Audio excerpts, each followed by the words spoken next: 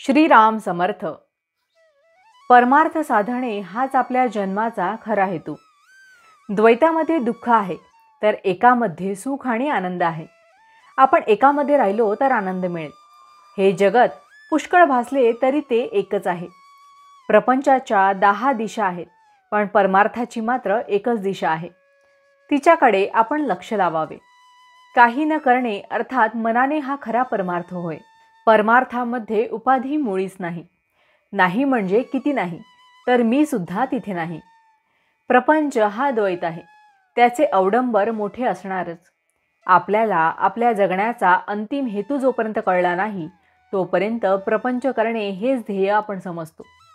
वास्तविक मनुष्य प्राणी हा देह आणि मन दोन्ही मिळून आहे, म्हणून त्याने ऐहिक आणि परलौकिक दोन्ही गोष्टी साधल्या पाहिजेत।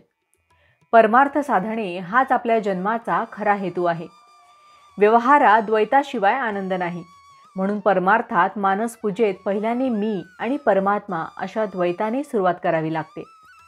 जोपर्यंत परमार्थ आपल्या हाडीमासी खेळला नाही तोपर्यंत आपल्याला वाचनाची गरज आहे। त्यापासून साधनाला जोर येतो।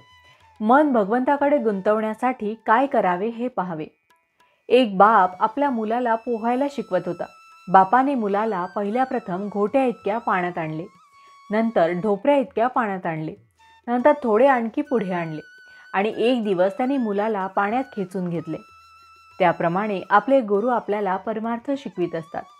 आपण पाण्यात उतरले मात्र पाहिजे। देहाने प्रपंच केला पण तो फळाला येत नाही, म्हणून संतांनी नामस्मरणाचा मार्ग सांगितला। पण आमचे शहाणपण, आमचा अभिमान नाम घेण्याच्या आड येतो, त्याला काय करावे?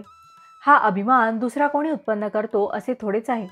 आपल्या ध्यानातही येत नाही इतके सूक्ष्म असे वासनेचे बीज आपल्यात कुठेतरी दडलेले असते, त्यामुळे लौकिकाची अभिलाषा सुटत नाही। याकरिता संतांनी एक मार्ग सुचवला आहे आणि तो म्हणजे नामस्मरणात राहून विषयाची उर्मी उठू न देणे। प्रपंचातली विघ्ने ही सूचना वजा असतात, ती आपल्याला जागे करतात। जन्माला आलो तो भगवंताला ओळखण्याकरिता, हे विसरू नये, म्हणून विघ्नांची योजना असते। विघ्ने ही आपण भगवंताच्या जवळ जाण्याकरताच येत असतात, तेव्हा त्यांना न घाबरता भगवंताच्या नामात स्वतःला विसरून जावे। हाच परमार्थाचा सोपा मार्ग आहे। भावार्थ: जेथे आळस माजला तिथे परमार्थ बुडाला।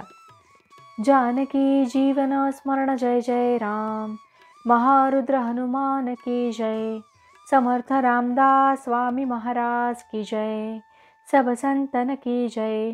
श्री अनंत कोटि ब्रह्मांड नायक राजाधिराज सच्चिदानंद सद्गुरु श्री ब्रह्म चैतन्य महाराज की जय।